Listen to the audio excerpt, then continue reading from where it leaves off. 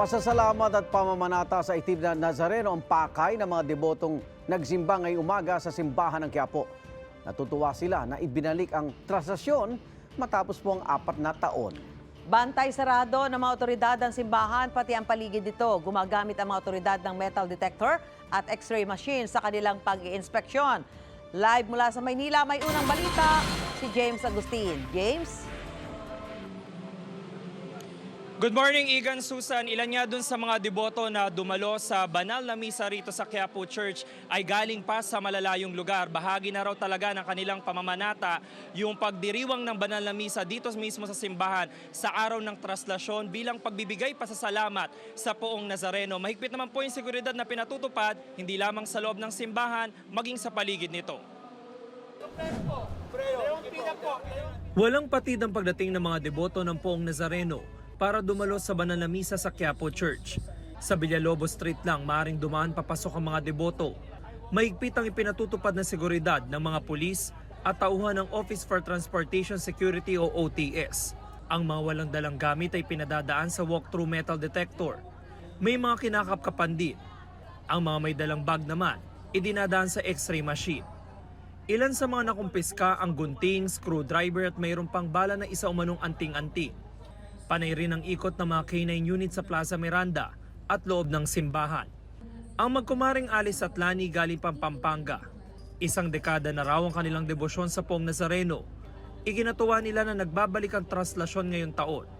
Papasalamat kami na kahit hindi kami naging mababait ang mga anak namin, tsaka natapos sila lahat ng 5 ng mga kanilang profession. Ay lahat po ng hiniling ko, binigay niya. Lalo na sa mga bata, naging professional sila dahil sa pananalig namin.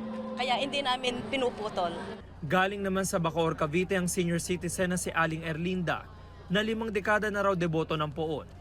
Marami raw sa kahilingan ng kanyang pamilya natupad. Yung mga namin, problema, mga hirap namin, mga sakit namin, hindi kami nagdadanas ng mabigat na sakit. May mga deboto na sa Quezon Boulevard na lang pumesto. Ang iba may daladalang replika ng imahe ng Poong Nazareno. Ang grupong ito galing ng San Mateo Rizal. Ang ilan sa kanila ay naglakad ng nakayapak mula sa Espanya Boulevard.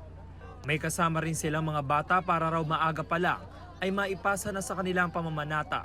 Ang gusto po rin namin, tulad po ng mga magulang namin, ipinapasa rin po namin sa mga bata. Tulad po ng ginagawa nila. Kaya po, kung napapansin nyo po, may mga kasama po kami bata. Ang gusto po namin, sa paglaki po nila, dala-dala rin po nila yung debosyon namin. May mga umiikot na medical teams. Ang mga first aid station nakapwesto sa Quezon Boulevard. Karamihan daw sa mga dumulog ay mga debotong nagpakuha ng blood pressure. Samantala, Igan, Susan, ito nakikita nyo yung sitwasyon dito sa Quezon Boulevard. Yung mga deboto na dumalo po sa banal na misa katatapos lamang ngayon yung ginanap na banal na misa. At masusundan pa po yan ng mga sunod-sunod dahil 33 banal na misa yan hanggang mamayang gabi. At hindi nga alintana ng mga deboto kahit may nakakaranas tayo ng mahinang pag-ulan. At nabawasan pa yan yung iba kasi gumilid dito sa mga bangketa dahil wala silang dalang payong. At ang pinagbabawal ngayon ng mga pulis dito ay yung mismo sa Center Island na tumawid yung mga deboto mula rito sa kabilang lane patungo doon sa simbahan. Yan pong nakikita nyo mga deboto na yan po yung mga hindi na pumasok sa loob ng simbahan at dito na umattend ng misa sa labas dahil kinakailangan pa nila umikot doon sa Villalobos Street. Diyan din po sa bahagi na yan ng Quezon Boulevard, pinapalabas yung mga deboto na dumalo sa banal na misa dahil multiple exit po yung pinapatupad ngayon dito sa Quiapo Church. Muna ilitas mula rito sa Quiapo, Maynila. Ako po si James Agustin para sa GMA Integrated News. Pa rin po tayo ngayon sa Quiapo Church at nagpapatuloy pa rin po yung misa.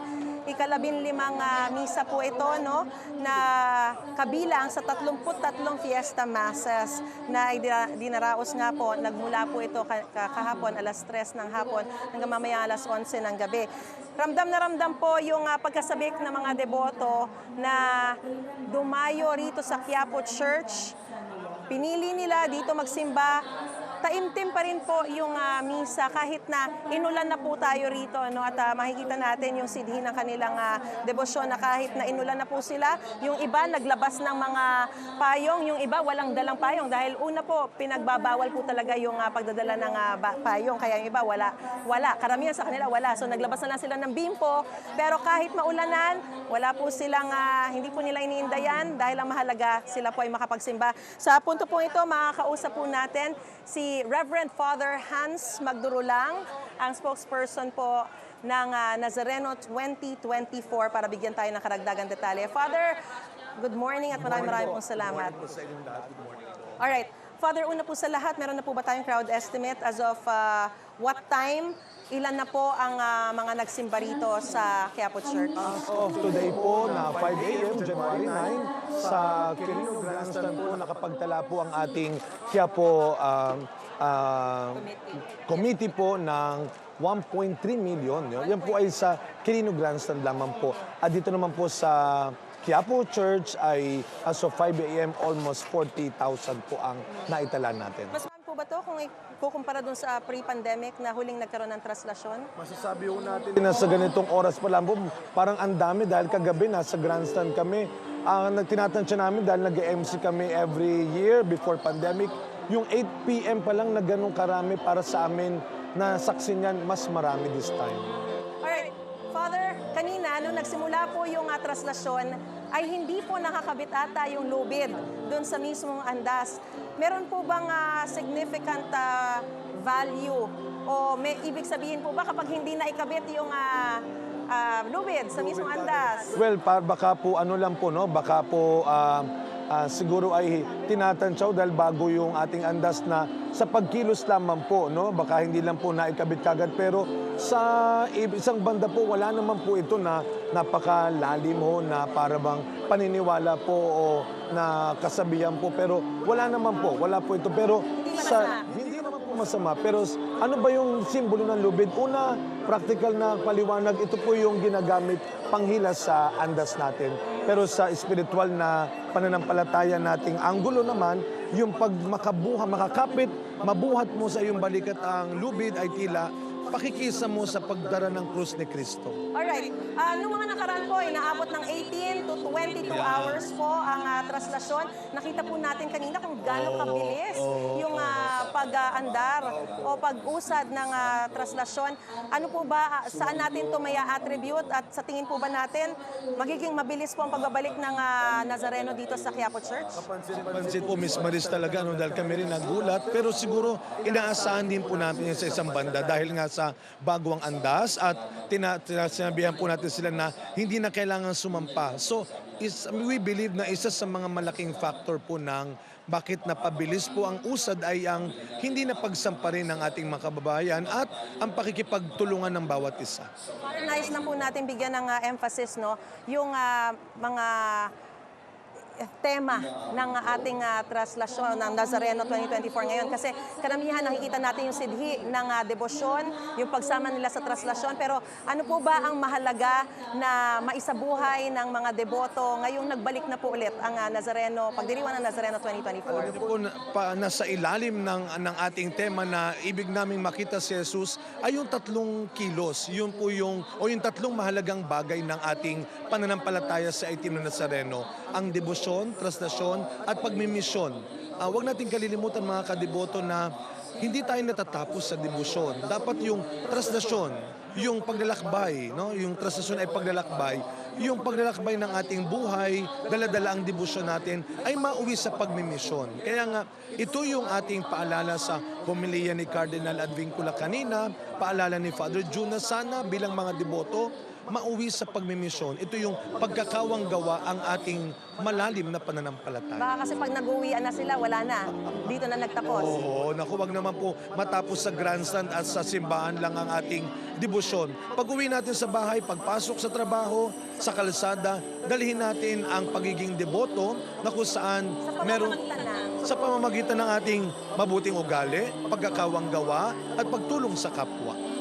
Alright, Father, kung sakasakali po 33 Fiesta Masses, paano kung halimbawa nakabalik na yung Nazareno ng mas maaga, hindi pa tapos yung 33 Masses, magpapatuloy pa po ba yung Fiesta Masses? Opo, magpapatuloy po. Bububuin natin ang 33 masses. Kung sakaling mapaaga po ang dating, meron po tayong monitoring. Pag natansya ho natin na aabutin pa yung present na misa, ang gagawin lang po natin ay titigil muna tayo sandali, tatapusin yung misa, at titigil sandali hanggang sa makapasok ang Nazareno sa loob ng simbahan, and then itutuloy hanggang 33 misa ang mabuo. Kung sakali naman pong natapos na ang 33 Masses at hindi pa rin dumarating, kung sakali man. Opo, tuloy-tuloy po ang ating pagdarasal sa loob ng simbahan. Maaari tayong mag-rosaryo, dasalin ang panalangin nobinaryo sa Poong Nazareno. Tuloy-tuloy ang mga gawaing liturgical sa simbahan. Muli po, paalala lang po sa ating mga kababayan, yung mga nais pa pong humabol, ano pa po yung mga paalala na nais po nating ibigay sa kanila? Mga kadiboto, tuloy-tuloy po ang ating pananalangin. Sana po makipagtulungan po tayo, makikooperate po tayo sa mga magsisimba sa loob ng simbahan. Tayo po ay siguraduhin natin na wala pa rin po tayong malalaking bag na gamit, lalo na po ngayon na medyo umuulan, mahihirapan tayong kumilos. At para sa mga kapatid natin na sasalang sa traslasyon, siguraduhin po natin na ating nakakondisyon po ang ating katawan. At higit sa lahat, huwag kalilimutan, ito po ay isang gawain ng pagdarasal, pananampalataya. Panatilihin natin, sikapin nating maging banal, maayos at ligtas pa rin ang ating Nazareno 2024. Alright, maraming po salamat sa impormasyon binigay niyo po sa amin. Isa pong malaking blessing yung binigay niyo pong mga pahayag para sa mga deboto rin naman na hindi na kinayang pumunta rito pero nais din pong makita at maramdaman din yung pagbabasbas, yung blessing ng Poong May Kapal. Maraming salamat po, Father Hans Madurula, spokesperson po ng Nazareno 2024. Balik po muna sa studio.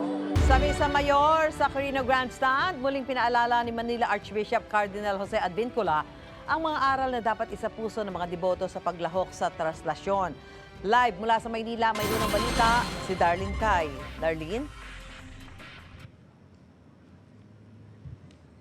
Susan, sa ngayon ay unti-unting lumalakas yung buhos ng ulan dito sa Quirino Grandstand sa Maynila, pero hindi natitinag yung mga debotong hanggang ngayon ay nandito pa rin. Katulad ng nakikita nyo, mahaba pa rin yung pila sa pahalik at may mga deboto pa rin tuloy-tuloy yung pagdating dito. Ayon sa Quiapo Church Command Post, mula po kagabi mahigit 1 milyong deboto ang dumagsa rito. Marami sa kanila ay dumalo ng Misa Mayor at marami po ay dito na nagpalipas ng hating gabi at hinintay na ang pagsisimula ng traslasyon kaninang madaling araw.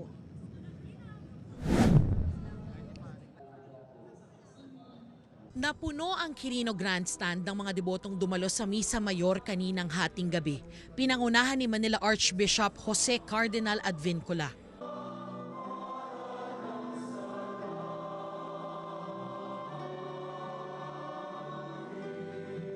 Sabay-sabay na nagdasal ng mataimtim ang libu-libong deboto. Malinaw ang mensahe ni Cardinal Advincula tungkol sa 3 aral na dapat isapuso ng mga deboto ngayong traslasyon ng Poong Nazareno. Ang makita si Jesus, makita ni Jesus at maipakita si Jesus. Sa pamamagitan ng paglahok sa traslasyon ng Poong Nazareno ay maipakita ang pananalig ng mga deboto kay Jesucristo. Sa paghatak natin ng lubid, ipakita natin si Jesus na humahango sa atin at umaayos sa mga buhol na mga problema natin. Sa pagsalian natin sa likod ng andas, ipakita natin si Jesus na tumutulak sa atin upang makausad tayo sa pagbabagong buhay.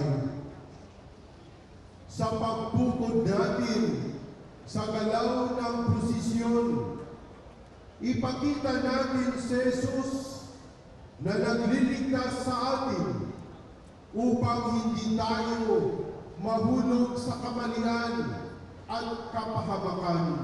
Labis daw ang pasasalamat ng mga debotong dumalo sa misa, gaya ng 70 taong gulang na si Tatay Benjamin. Mahigit 50 taon na siyang deboto ng Poong Nazareno. Naputulan siya ng 2 daliri sa paa matapos madaganan ng andas noong 1990. Pero hindi yan alintana ni Tatay Benjamin na walang sawang lumalahok sa traslasyon taon-taon.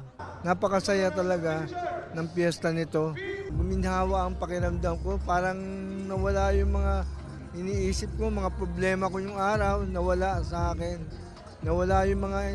Kaya iba talaga si Nazareno. Ang 67 taong gulang na si Nanay Carmen naman galing pang Calamba, Laguna.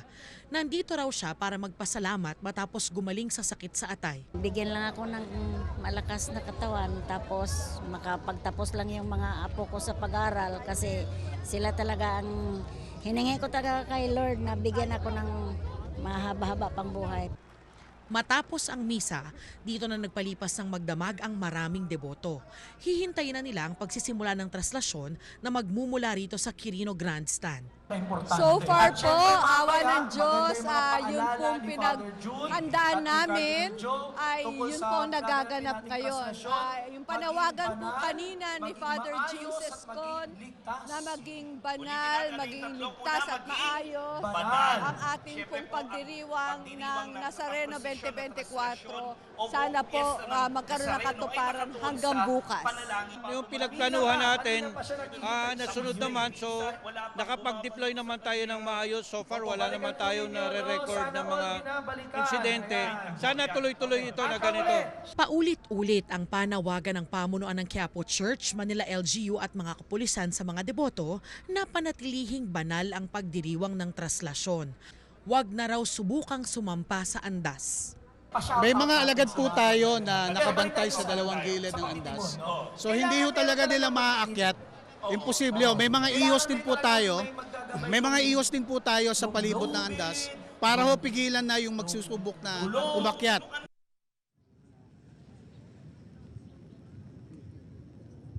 Susan, yung nakikita nyo pa rin ngayon ay yung pila para sa halik. At mula rito sa kinatatayuan ko, mas maraming deboto yung hindi nakapagdala ng payong. Kaya nagtitiis talaga sila sa ilalim ng buhos ng ulan. Yung marami damit na lang o bimpo yung ginagamit nila na pangproteksyon sa kanilang mga sarili. Samantala po, tuloy-tuloy yung paglilinis na ginagawa ng mga kawani ng DPS at ng MMDA. Yan ang unang balita mula rito sa Maynila. Ako po si Darlene Kai para sa GMA Integrated News.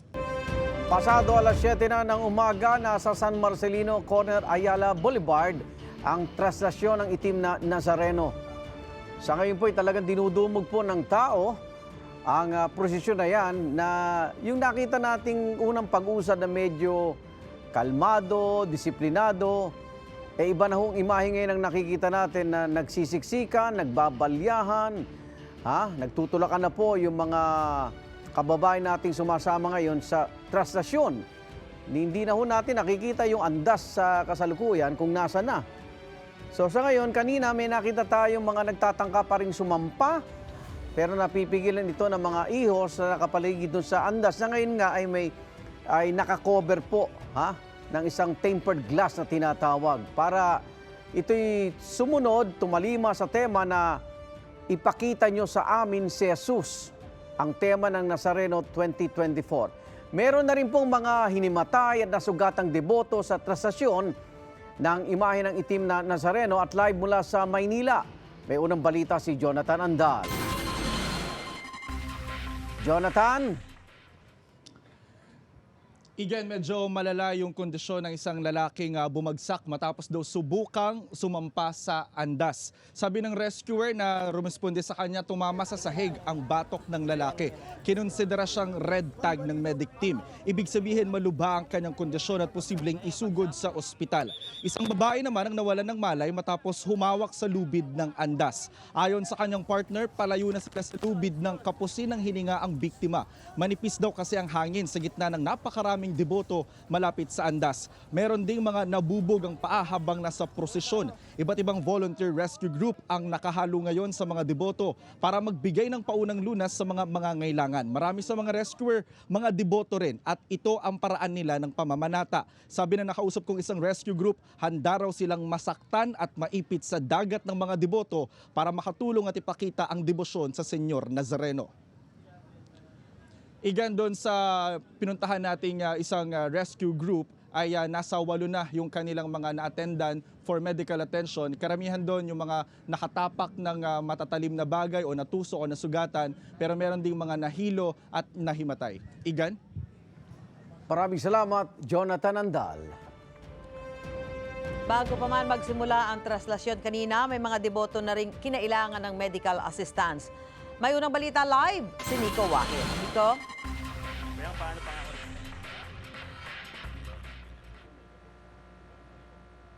Susan, magandang umaga. Nandito tayo ngayon sa Quirino Grandstand. Mga nahilo, mga tumasang dugo at mga nasugat. Ilan lang yan sa mga daing ng mga debotong dumalo rito sa Nazareno 2024. Pero mas malaking daing ngayon ang mga basurang naiwan pagdaan ng prosesyon. Kasi simula pa lang ng Misa Mayor kaninang hating gabi, sunod-sunod na mga nagpupunta sa mga first aid station na karamihan ay mga may edad. Ang daing nila, kundi nahihilo, ay high blood. Kadalasan po nakita natin is mga nagpa-BP po, mga nahihilo. Usually, binital signs po natin sila, mga minor cases lang naman po. Meron din po tayong mga trauma cases na tinatawag, mga natapilok, mga nasugatan. Bigla namang nabuwal ang 58 anyos na lalaking ito sa kasagsagan ng misa. Galing pang Bulacan na lalaki at mag-isa lang pumunta sa traslasyon. Inilagay siya sa stretcher saka dinala sa ospital. Umiiyak naman ang nanay na ito habang hinahanap ang kanyang anak. Nawaglit raw sa kanyang bata dahil sa dami ng tao. May nakapagsabi raw sa kanya na nakita na ito at hawak ng pulis na siyang hinahagilap niya. Pasado alas 4 ng madaling araw na magsimula ang traslasyon. Bukod sa mga nag-uumapaw na damdamin at pananampalataya, basura ang isa ring iniwan pagdaan ng prosesyon. Ang mga tauhan ng MMDA agad kumilos para maglinis. Katulong nila sa paglilinis ang mga tauhan ng Department of Public Service ng Maynila. Truck na ang pinanghakot nila.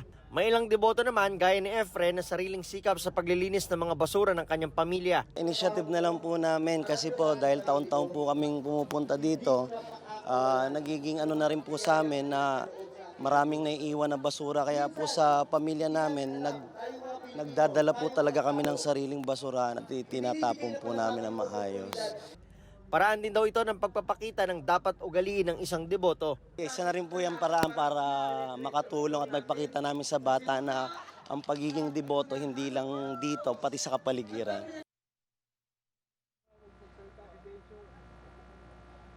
Susan, maaga naman nagsimulang maglinis yung mga taga-DPS ng Maynila at yung mga taga-MMDA pero sobrang dami lang din talaga ng mga iniwang basura ng mga deboto. At kaunti lang din o mangilan-ngilan lang talaga yung mga debotong nagkusang maglinis ng kani-kanilang mga basura. Yung nasa akin likuran, dyan sila nag-camp out para maghintay doon sa traslasyon. At yung iba hanggang ngayon ay nandyan pa rin at inihintay yung mga kamag-anak nilang sumama sa prosesyon. Siguro, pwede natin sabihin sa mga deboto na kasama sa pananampalataya at pagmamahal sa Panginoon ay yung pagmamahal din sa kanyang mga likha, gaya ng kapaligiran. Live mula rito sa Quirino Grandstand, ako si Nico Wahid para sa GMA Integrated News. Ang pamamanata po ng ilang deboto ng Nazareno ay hindi lamang ginagawa sa mismong traslasyon. Yung iba, sinisimula ng paglalakad ng nakayapak habang papunta pa lang sa Quirino Grandstand o sa Quiapo. Live mula sa Quiapo, Maynila, may unang balita si Bam Alegre. Bam? Igan, magandang umaga. Sa Magdamag ay hindi kinakitaan ng pagod itong mga deboto na naglakad papunta ng Quiapo at Quirino Grandstand para makibahagi sa Traslasyon 2024. Mula Quezon Avenue at Welcome Rotonda, malayo-layo pa ang lalakarin ni Jonard Aguio ng nakayapak. Hindi niya ito alintana dahil panatan na niya ito ang sumama sa Traslasyon higit isang dekada na. At bago pa makarating sa simbahan ng Quiapo at Quirino Grandstand, naglalakad na sila. Ano po ang hiling ngayong panata? Good health sa family. Tila isang barangay naman na nagtipon dito sa Legarda, magkakapit bahay na ito mula Bambang. Gaano kahalaga sa'yo na masilip yung Pao Nazareno? Mahalaga sir, sobrang tagal nang di nalabas yung Paon. Excited talaga kami dyan. Pero hindi makausad sina Errol dahil sinara ang kalsada sa bahaging ito ng Legarda at Plaza Menjola. Nagdulot din ito ng kalituhan at pagbuhol-buhol sa daloy ng trapiko. Dapat kung ano po yung policy namin dito, nire-respeto po dapat nila. Pag sinabing closure, closure po dapat. Isa lang ito sa mga kalsadang isinara ngayong gabi bilang bahagi ng Traslasyon 2024. Sa Carriedo, hindi rin makita ng debotong si Bong Lucena ang kanyang mga kasamahan dahil sa pagsasara ng mga kalapit na kalsada. kung saan umikot ang jeep na mga kasama niyang deboto na mula pa Dasmariñas, Cavite, kaya naligaw sila. Hindi rin nakatulong na mahina o nawawala-wala ang mobile signal kaya pahirapan ang komunikasyon. Napakalayo po ng sinara. Kasi noong last year po, dito lang po sa May Kalaw, nakalusot na kami. Kasi ang parking namin sa post office. Ngayon po dito na po kami, nakaparking sa may Santa Cruz. Dito naman sa Recto, masikip ang daanan ng parehong magsisimba pa lang sa Quiapo Church at mga tapos na sa misa. Nagkakaroon tuloy ng build-up ng mga tao. Pahirapan tuloy iakyat ni Agatha Insigne ang kanyang mga imahen ng itim na Nazareno na nakalagay sa baby stroller. May mga sariwang bulaklak pa ito. Maaga siyang magsisimba para hindi na makisabay sa dagsa ng mga tao sa mismong traslasyon. Parang anak ko na rin po siya eh. Wala na po kasi asawa ko, siya na lang.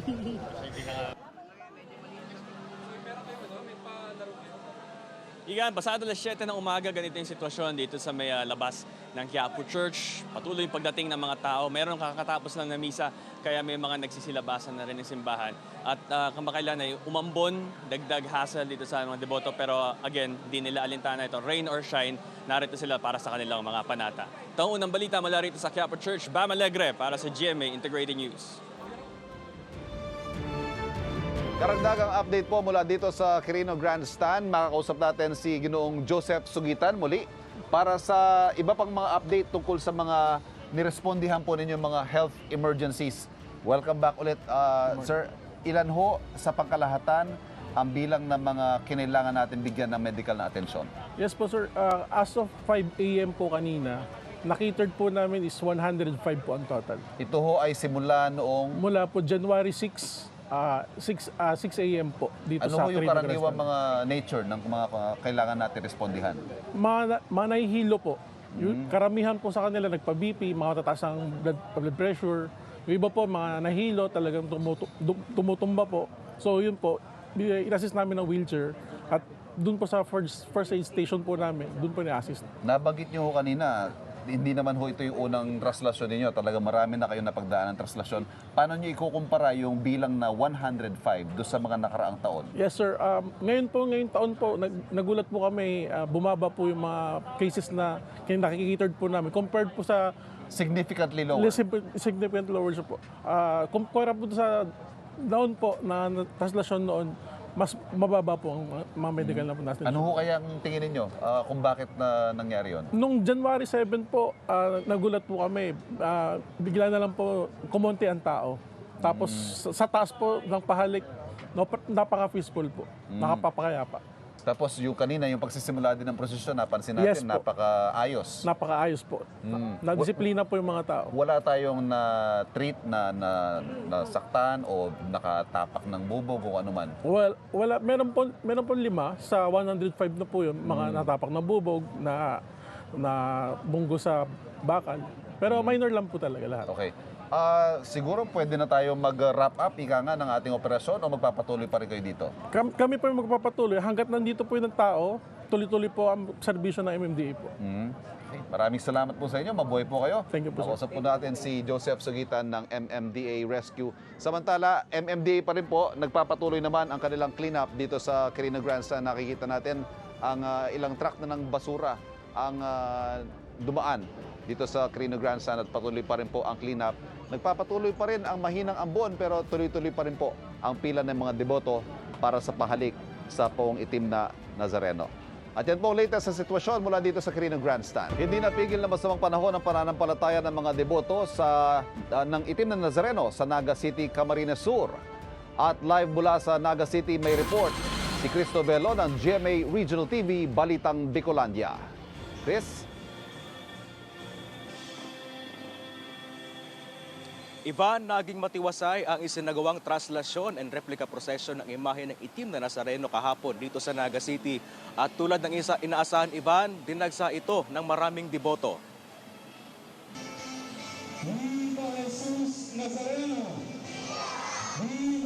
Mag-alas 7 kagabi nang tumulak ang traslasyon at replica procession ng imahe ng itim na Nazareno mula sa Holy Cross Parish sa Barangay Tabuco, Naga City, Camarines Sur patungo sa Plaza Quezon. Bagamat sinabayan ito ng malakas na buhos ng ulan, hindi ito naging dahilan para ihinto ang prosesyon. Pagdating sa Plaza Quezon, isinagawa ang pagbibindisyon sa mga replika ng itim na Nazareno na dala ng mga deboto. Yung binili namin, maliit lang. Galing pa to sa Quiapo, binili namin. Pinilahan ng mga deboto ang pahalik sa imahen. Ayon sa simbahan, matiwasay ang kabuuan ng traslasyon. Generally, peaceful naman po yung prosesyon natin. Very solemn. Kaya pasalamat tayo sa Diyos at ginabayan ang mga deboto ng itim na Nazareno. Samantala, mananatili namang nakastandby ang kapulisan ngayong araw kasama ang medical team para matiyak ang seguridad ng mga deboto. Matapos kasi ang traslasyon kahapon, magpapatuloy naman ang gagawing pahalik at mga misa ngayong araw. Habang mamayang hapon, ibabalik ang imahen sa Holy Cross Parish sa pamamagitan ng penitential foot procession. Meron tayong ambulance dito sa medical team na naka-standby. Meron na din po yung mga tourist police.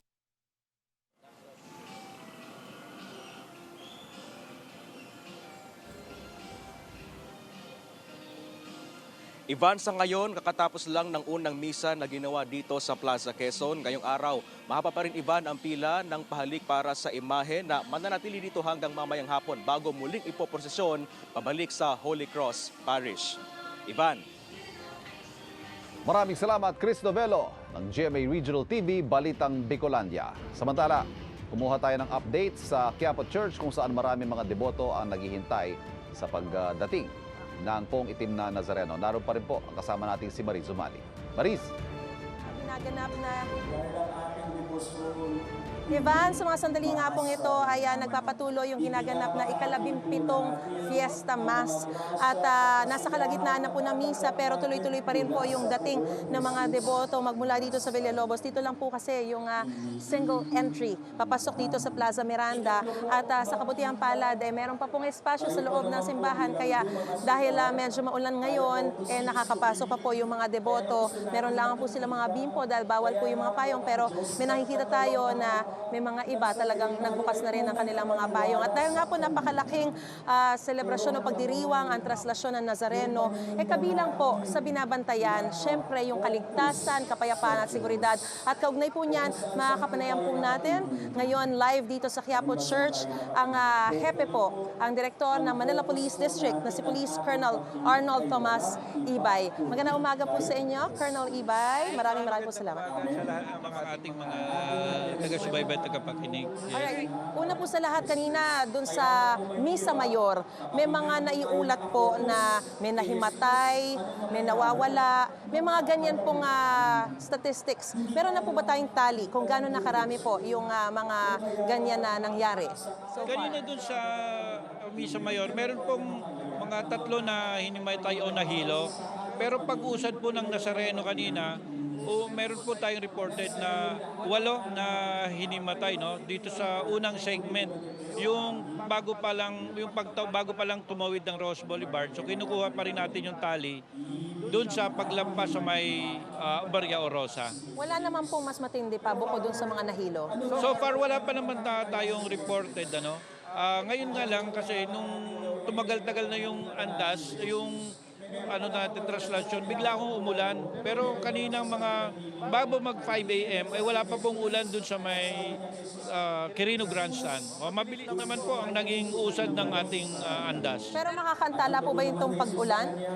Ito naman, hindi po siguro. Kaya lang, ang tinitingnan na lang natin kung inoobserbahan natin kung ganun pa rin ang punta o ang dagsa ng tao kung mapipigilan pa yung debosyon nito mga kababayan natin. Pero so far sa nakikita po natin sa monitor mukhang hindi naman po sila napipigilan. Hindi po nagbabago at pero mabilis po ang andar ng ngayon, ang galaw ng andas natin ngayon.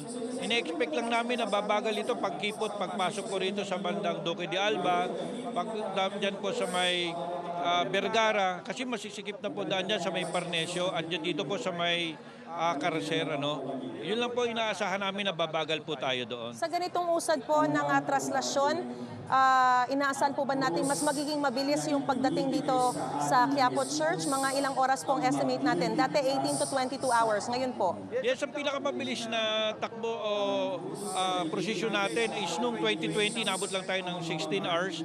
And we are seeing that estimate also, baka maabuti ng 16 hours kung ganito po ang bilis ng traslasyon. Sa umpisa po ng traslasyon, talagang sinunod po, walang umaakyat, walang sumasampa sa andas, pero sa kalagitnaan parang may mga nag-a-attempt na po na umakyat. Ano po ang gagawin ng mga pulis? Una po ay hindi ho talaga natin mapipigilan yun kasi pinagpaplanuhan nila yan kahit ng ilang beses tayo nananawagan. Ang malaking tulong po dito yung naging usapan namin ng mga ihos na sila po na sasaway. Ay nagiging epektibo po. Sila na po ang pumipigil kaya sa mga susunod hanggang sa matapos, yun po rin po mga ihos na nakapaligid na naatasan na sasaway sa kapwa nila deboto. So far, meron po ba tayo natatanggap ng mga threats, mga banta? Wala naman po. Kaya lang ganun kagaya din ng mga nauna nating paghahanda, we are not keeping our guards down. Patuloy pa rin tayo nagmo-monitor. Nandyan po ang ating intel community sa tulong po ng ating Armed Forces of the Philippines. Kumusta po yung crowd estimate po natin so far as of 7 a.m.? Ang estimate natin kanina sa grandstand nung bago nagsimula, mga around more than 100,000 po at dito sa tatlong segments namin. The same numbers, we're running mga pagdating lang po dito sa May Orosa, it's more than 200,000 na po dun sa dinaanan po ng Nazareno. And hindi pa po natin na-estimate hanggang Ayala, but it's increasing in number. So naandun po tayo sa target na baka matapatan po yung huling sumama noong 2020. May sinasabi po kayo na baka umabot pa ng hanggang 16 hours. Yun po ba yung 2020? It may be even earlier kung ganito po ang pace. Eh baka mas mabilis pa po ito. Meron po bang mga na-report na mga confiscated na items? At ano po yung paalala natin sa mga debotong hahabol pa po sa traslasyon at sa mga misa dito sa Quiapo Church? Yes, at nandito pa yung ating x-ray machine. So tuloy-tuloy pa yung pag-iska natin. Ipagbawal po natin yung mga matutulis na bagay. At nga, pinagbabawal natin ng payong. Kaya lang nakikita natin dahil umuulan, patuloy pa rin po natin sasawayin kasi kasama po ito sa precautionary measures natin. At yung mga pupunta pa po dito sa Quiapo Church? Sa Quiapo Church, sa traslasyon, hanggat maaari, pumunta na po silang maaga, medyo makulimlim para mahirap po kasi pag mas mainit para sa kalusugan din nila. Alright. Maraming salamat po sa impormasyong binigay niyo po sa amin. At sa panahong binigay niyo po sa amin, Police Colonel Arnold Thomas Ibay, siya po ang hepe o ang direktor ng Manila Police District. Maraming po salamat sa inyo. God bless po. At balik po muna sa studio. Ivan? Balita sa ibang bansa, mahigit 50 sasakyan ang nagkarambola sa isang highway sa Russia. Sa China naman, biglang sumabog at nagliyab ang isang sasakyan sa gitna ng kalsada.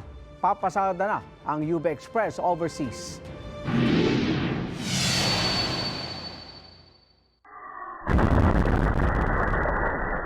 Sa kuha ng isang CCTV sa Huludao sa China, makikitang dumaan ang isang sasakyan na nagliliyab. Bigla raw kasi itong sumabog sa gitna ng kalsada. Mabuti na lang ligtas na nakalabas ng sasakyan ang lalaki nagmamaneho nito. Naapula ang apoy pero hindi na magagamit ang sasakyan. Ayon sa local media, nagtamo ng head injury ang driver pero nadala niya ang kanyang sarili sa ospital. Napinsala ang ilang kalapit na gusali at sasakyan dahil sa debris mula sa nasunog na kotse. Sa paunang investigasyon, nanggaling ang pagsabog sa likurang bahagi ng sasakyan kung nasaan ang gas tank nito. Inaalam pa ang sanhi. Mahigit 50 sasakyan ang nagkarambola sa isa sa mga main highway ng Russia sa Novgorod. Kinumpirma ng gobernador ng rehiyon na may 4 na nasuwi sa aksidente, kabilang sa kanila isang bata. Mahigit 20 naman ang sugatan. Ayon sa Ministry of Emergencies ng bansa, hindi pa tukoy ang pinagmula ng aksidente. Nagkaroon ng pagsabog sa northwestern province ng Pakistan. Nangyari ito malapit sa isang sasakyan ng pulis na magbibigay seguridad sana sa isang polio vaccination team sa lugar. Hindi bababa sa 5 pulis ang namatay. Nasa 20 naman ang sugatan, kabilang ang ilang sibilyan. Inako na ng militanteng grupong Tehrik-e-Taliban Pakistan o TTP ang pagsabog. Nanalasa ang malakas na ulan sa ilang lugar sa Central Peru. Nagdulot ito ng baha at pagguho ng lupa. Lagpas tuhod ang tubig sa ilang lugar. Inilikas sa mga apektadong residente. Pahirapan din ang pagdaan sa mapuputik na kalsada. Tumagilid nga ang isang bus sa distrito ng Perine. Ayon sa National Civil Defense ng Peru, mahigit 1 milyong residente sa halos 400 distrito ang posibleng naapektuhan ng mga landslide. Matinding winter storm ang naranasan sa ilang lugar sa Amerika. Tulong-tulong sa pagtatanggal ng makapal na nyebe ang mga residente at mga otoridad sa mga daanan doon. Ayon sa local media sa Amerika, 12 pulgada ang naitalang kapal ng snow sa Massachusetts. Naranasan din yan sa ibang lugar sa Amerika gaya ng Maine, Connecticut at New Jersey. Pasintabi po sa mga kumakain, problema ang hatid ng sandamakmak na basurang palutang-lutang sa isang ilog sa bayan ng Bosnia and Herzegovina. Imbes na breathtaking view, puro basura gaya ng mga bote at plastic ang makikita sa Drina River. Ang Drina River ay dumadaloy sa mga bansang Montenegro, Serbia at Bosnia. Naglagay na ng harang ang isang hydropower plant para hindi na kumalat ang mga basura at hindi ito makasagabal sa operasyon ng dam. Reklamo ng mga may-ari ng hotel at kainan sa Visegrad, apektado na nito ang turismo ng bayan, pati na ang kalusugan ng mga residente. Ginit ang Armed Forces of the Philippines at Philippine National Police na walang destabilization plot laban kay Pangulong Bongbong Marcos. Wala po ganyan sa AFP. We can assure the public that we are solid, we are united, and we will continue. We will focus doon po sa ating mission. Wag na muna kaming idamay-damay sa mga yan kasi it will not be good for our country. No less than my face, the face of the Chief of Staff, posted on viral and saying the AFP and the PNP withdrawing support or asking resignation of the President, it's unforgivable. Hindi po tama yon. Kahapon, nagsampa ng reklamong paglabag sa anti-cybercrime law si PNP Chief Benjamin Acorda laban sa isang retiradong general. Dahil ito sa paggamit sa kanyang pangalan at larawan sa ikinakalat na maling impormasyon tungkol sa pagbawi ng suporta sa Pangulo. Nauna rito, pinabulaanan din ni dating Pangulong Rodrigo Duterte na nakipagpulong siya sa mga opisyal ng AFP at PNP para paalisin sa pwesto si Pangulong Bongbong Marcos. Mga kapuso, nasa bandang Ayala Bridge ngayon ang traslasyon ng itim na Nazareno. 7:33 a.m. At sa tala po ng Quiapo Church Command Post, as of 6 a.m. kanina, mahigit 657,000 ang kasama ngayon sa traslasyon. Doon sa nakikita natin Kasi ngayon, andas. dyan sa may Ayala Bridge, hindi ko nga matanaw Hindi na yung makita andas. yung andas, eh. Hindi ko nakikita yung andas. Nakikita natin yung mga tao na naglalakad na bahagyang na lumuwag ng kaunti igan. Ano? Siguro dahil na rin doon sa pag-ulan. Ano? At saka mukhang dito nakadaan na yung andas doon sa nakikita natin sa ating mga camera. Sa Dyan Padre may Burgos. Oo.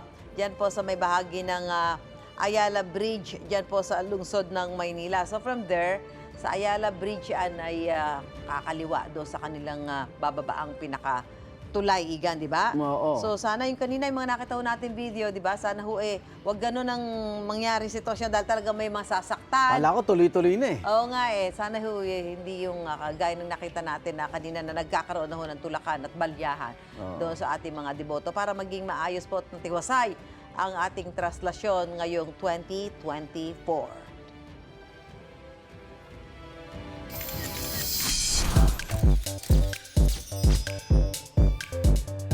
Nagsimula na ang matinding pang-aapi sa pinakabagong handog ng GMA Public Affairs sa afternoon prime na Makiling. Ito yung hinahanap niyo, di ba? Ha? Ito yung gusto niyo, di ba? Yung mutya!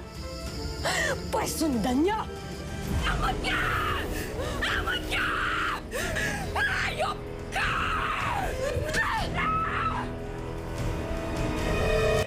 Uy, may pa-throwback pa sa simpleng pamumuhay ni Amira at Alex, played by real-life sparkle couple El Villanueva at Derek Monasterio. Pagkatapos siya ng intense na habulan sa gubat sa pagitan ni Amira at ang Crazy Five na karakter ni Christopher Martin, TJ Marquez, Claire Castro, Royce Cabrera at Myrtle Sarosa. Soon magiging +1 daw riyan ang karakter ni Thea Tolentino. Yes, Kahapon, nakijoin mismo sila Derek at Elle sa kanilang fans na Elric sa pag-aabang sa world premiere ng Makiling. Enjoy sila sa isang mini viewing party. That's really fun, no? Wow. Si Tito Boy Abunda naman sinubaybayan ang pilot episode na napakaganda raw. Mga kapuso, tuloy lang sa pagtutok sa pinakapasabog na revenge drama, Lunes hanggang Biyernes 4 p.m. pagkatapos ng Stolen Life. Non-stop pa rin ang maaksyong eksena sa Kapuso primetime serye na Black Rider. Naganap na nga ang much-awaited na muling pagtatapat na Black Rider at Calvin, na puno ng intense fight scenes sa episode kagabi. Napasabak din ang karakter ni Mateo Guidicelli na si Paeng sa pagligtas sa kidnap niyang asawa na si Joanne na ginagampanan ni Arasan Agustin. Grabe!